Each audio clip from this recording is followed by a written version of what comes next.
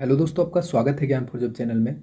दोस्तों, आज के इस वीडियो में हम 20 सितंबर 2022 के करंट अफेयर को देखेंगे और साथ ही दोस्तों अंत में 5 इंपॉर्टेंट स्टैटिस्टिक्स क्वेश्चन देखेंगे जो कि अक्सर एग्जाम में पूछे जाते हैं।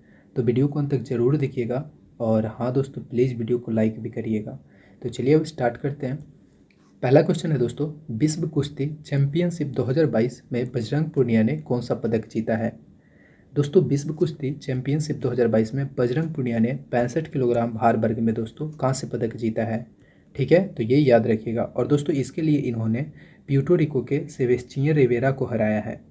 दोस्तों इससे पहले आपको मैंने वीडियो में बताया था दोस्तों, इससे पहले विनेश फोगाट ने इसी प्रतियोगिता में दोस्तों 53 किलोग्राम भार वर्ग में कांस्य पदक ही जीता था। ठीक है, तो इसी के साथ दोस्तों भारत विश्व कुश्ती चैंपियनशिप 2022 जो कि सर्बिया के बेलग्रेड में आयोजित हुआ है दोस्तों, इसमें 2 पदक जीता है, जिसमें पहला विनेश फोगाट ने जीता है दोस्तों और दूसरा बजरंग पूनिया ने, और दोनों ने कांस्य पदक ही जीता है। ठीक है, तो ये ध्यान में रखिएगा। चलिए दोस्तों अब नेक्स्ट लेते हैं।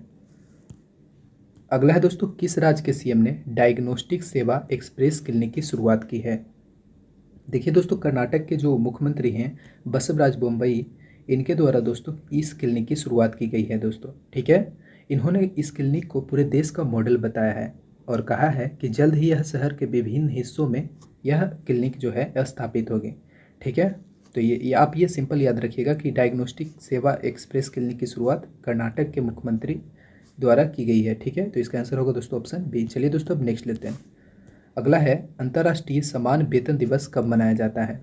दोस्तों अंतर्राष्ट्रीय समान वेतन दिवस जो है यह 18 सितंबर को मनाया जाता है। ठीक है, तो आप याद रखिएगा। चलिए दोस्तों अब नेक्स्ट लेते हैं। अगला है, रामकृष्ण मिशन जागृति कार्यक्रम का शुभारंभ किसने किया है। दोस्तों यह कार्यक्रम का शुभारंभ केंद्रीय शिक्षा और कौशल विकास मंत्री जो धर्मेंद्र प्रधान हैं, इनके द्वारा कक्षा पहली से 5वीं के छात्रों के लिए की गई है। ठीक है, तो ये याद रखिएगा। तो इसका आंसर होगा दोस्तों ऑप्शन है धर्मेंद्र प्रधान। चलिए दोस्तों अब नेक्स्ट लेते हैं। अगला है, किसे भारत का पहला स्वच्छ सुजल प्रदेश घोषित किया गया है।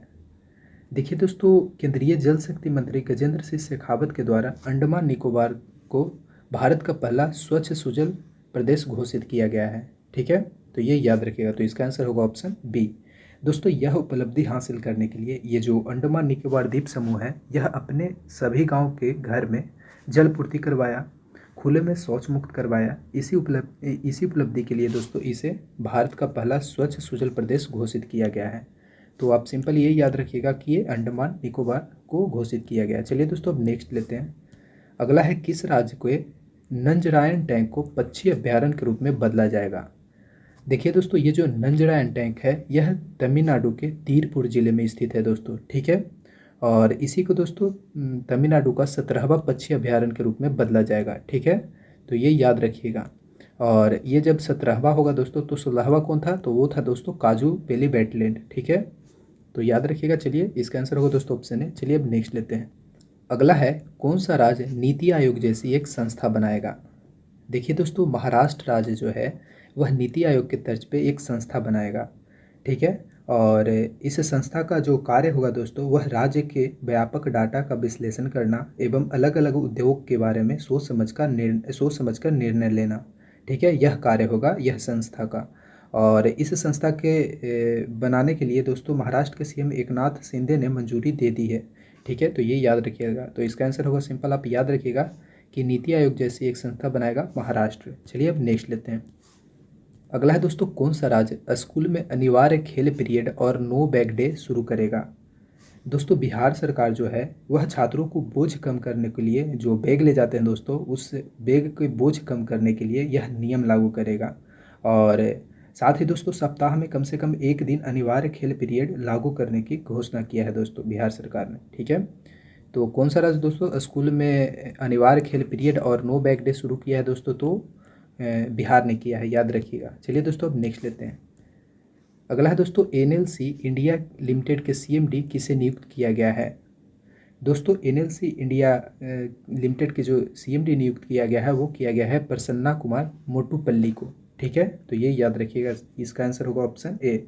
दोस्तों प्रसन्ना कुमार जो हैं वह अभी वर्तमान में दोस्तों एनटीपीसी लिमिटेड के कार्यकारी निदेशक के रूप में कार्यरत हैं और इन्हीं को अभी एनएलसी इंडिया लिमिटेड के सीएमडी के रूप में नियुक्त किया गया है। तो आप याद रखिएगा। चलिए अब नेक्स्ट लेते हैं। अगला है, कौन सा राज्य अनुसूचित जनजाति के आरक्षण को 6% से बढ़ाकर 10% करेगा? तो दोस्तों वो करेगा तेलंगाना। ठीक है, तो इसका आंसर होगा ऑप्शन डी। दोस्तों इसकी घोषणा तेलंगाना के जो मुख्यमंत्री हैं के चंद्रशेखर राव उनके द्वारा की गई है। ठीक है, और इसके साथ ही दोस्तों अनुसूचित जनजातियों के लिए दलित बंधु योजना के तर्ज पर गिरिजन बंधु योजना लागू करने की घोषणा की गई है। याद रखिएगा दोस्तों, अनुसूचित जनजातियों के लिए दलित बंधु योजना के तर्ज पर गिरिजन बंधु योजना लागू करने की घोषणा की गई है। और दोस्तों यह गिरिजन बंधु योजना के तहत क्या होगा कि जो आदिवासी फैमिली हैं उन्हें अपना व्यवसाय शुरू करने के लिए राज्य सरकार के द्वारा 10 लाख रुपया दिया जाएगा, यह गिरिजन बंधु योजना के तहत। ठीक है, तो ये भी आप याद रखिएगा। चलिए दोस्तों अब नेक्स्ट लेते हैं। अगला है दोस्तों, हाल ही में देवेंद्र झाझरिया ने पैरा एथलेटिक्स ग्रांड प्रिक्स 2022 में कौन सा पदक जीता है? तो दोस्तों वो जीता है सिल्वर मेडल। ठीक है, तो इसका आंसर होगा दोस्तों ऑप्शन ए।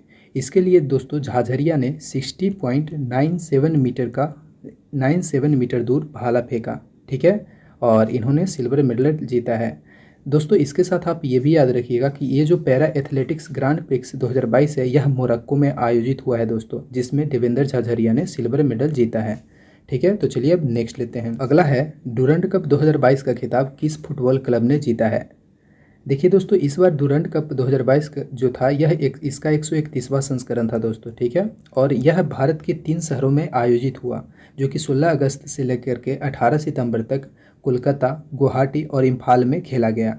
और दोस्तों इसमें जो इस बार है वह बेंगलुरु एफसी ने यह डुरंड कप का खिताब जो है दोस्तों 2022 का जीत लिया है मुंबई एफसी को हराकर, और यह बेंगलुरु एफसी का पहला खिताब है दोस्तों। ठीक है, तो ये याद रखिएगा। और डुरंड कप की बात की जाए तो यह पहली बार दोस्तों खेला गया था 1888 में, तो ये भी आप याद रखिएगा। ठीक है, चलिए दोस्तों अब नेक्स्ट लेते हैं। अगला है दोस्तों, अडानी ग्रीन ने किस राज्य में 325 मेगावाट की पवन ऊर्जा परियोजना शुरू किया है?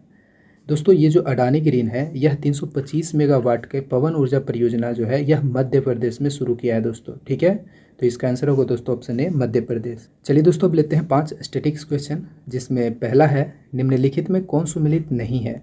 एक तरफ खेल दिया है और एक तरफ उससे रिलेटेड ट्रॉफी दिया है, तो कौन सुमेलित नहीं आपको बताना है। एक तरफ है दोस्तों क्रिकेट, क्या दिलीप ट्रॉफी क्रिकेट से संबंधित है? तो है दोस्तों।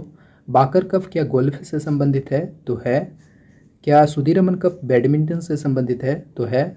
क्या डेविस कप टेनिस से संबंधित है? तो है दोस्तों, यानी कि सभी संबंधित है, सभी सुमेलित हैं। तो इसका आंसर होगा दोस्तों ऑप्शन ई, उपयुक्त सभी सुमेलित हैं। ठीक है, चलिए अब नेक्स्ट लेते हैं। अगला है काला घोड़ा महोत्सव कहाँ मनाया जाता है? दोस्तों काला घोड़ा महोत्सव जो है यह महाराष्ट्र में मनाया जाता है। ठीक है, तो इसका आंसर होगा ऑप्शन बी। चलिए नेक्स्ट लेते हैं। अगला है माउंट एवरेस्ट को नेपाल में किस नाम से जाना जाता है? दोस्तों माउंट एवरेस्ट को नेपाल में सागर माता के नाम से जाना जाता है। ठीक है, और दोस्तों इसे तिब्बत में चोमोलोंगमा के नाम से जाना जाता है। तो ये तिब्बत में जाना जाता है और सागर माता नेपाल में जाना जाता है दोस्तों। चलिए अब नेक्स्ट लेते हैं। अगला है पंडित रविशंकर किस वाद्य यंत्र से संबंधित हैं? दोस्तों जो पंडित रविशंकर थे यह सितार वादक थे दोस्तों। ठीक है, तो इसका आंसर होगा ऑप्शन डी। चलिए अब नेक्स्ट लेते हैं। अगला है निम्नलिखित में कौन सुमेलित नहीं है? एक तरफ युद्ध दिया है और एक तरफ तिथि है, जिसमें पहला है दोस्तों पानीपत का तीसरा युद्ध जो कि 1761 में हुआ था दोस्तों, अहमद शाह अब्दाली और मराठा के बीच। ठीक है, जिसमें अहमद शाह अब्दाली ने युद्ध जीता था। ठीक है, तो याद रखिएगा। अगला है दोस्तों अंबर का युद्ध जो कि 1749 में हुआ था, ये सुमेलित है दोस्तों। अंबर का युद्ध दोस्तों फ्रांसीसी सेना और कर्नाटक के नवाब अनबरुद्दीन के बीच हुआ था। इसमें नवाब की हार हुई थी दोस्तों, और ये जो अनबरुद्दीन था उसकी मृत्यु हो गई थी। ठीक है, और फ्रांसीसी सेना विजय हुआ था। अगला है दोस्तों खेड़ा का युद्ध जो कि 1707 में हुआ था दोस्तों। इसमें क्या हुआ था कि जो ताराबाई थी और साहू जी थे उनके सेना के बीच हुआ था। ठीक है, जिसमें साहू जी विजय हुए थे और 1707 से लेकर के 1749 तक मराठा साम्राज्य के गद्दी पे बैठे थे साहू जी। ठीक है, तो याद रखिएगा खेड़ा का युद्ध ताराबाई और साहू जी के बीच हुआ था। अगला है दोस्तों तराई का प्रथम युद्ध। दोस्तों तराइन का प्रथम युद्ध 1191 में हुआ था, जो कि मोहम्मद गोरी और पृथ्वीराज ठड के बीच हुआ था, जिसमें पृथ्वीराज तृतीय जीते थे, जिन्हें पृथ्वीराज चौहान के नाम से जाना जाता है। उन्होंने ये युद्ध जीत लिया था दोस्तों। और जो कि यहाँ दोस्तों दिया हुआ 1194, तो ये गलत हो जाएगा दोस्तों, ठीक है। तो इसका आंसर होगा ऑप्शन डी। 1194 दोस्तों चंदावर का युद्ध हुआ था 1194 में, जो कि मोहम्मद गोरी और जयचंद के बीच हुआ था, जिसमें दोस्तों मोहम्मद गोरी ने यह युद्ध जीत लिया था और जयचंद हार गया था दोस्तों, ठीक है। तो चलिए दोस्तों, आई होप आपको ये वीडियो पसंद आया होगा। तो चलिए दोस्तों, अब ये लास्ट क्वेश्चन आपके लिए है। यदि आपको इसका आंसर पता है तो आप कमेंट बॉक्स में इसका आंसर ज़रूर बताइएगा दोस्तों। प्लीज़ आप कमेंट ज़रूर करिएगा और प्लीज़ दोस्तों वीडियो को लाइक करिएगा।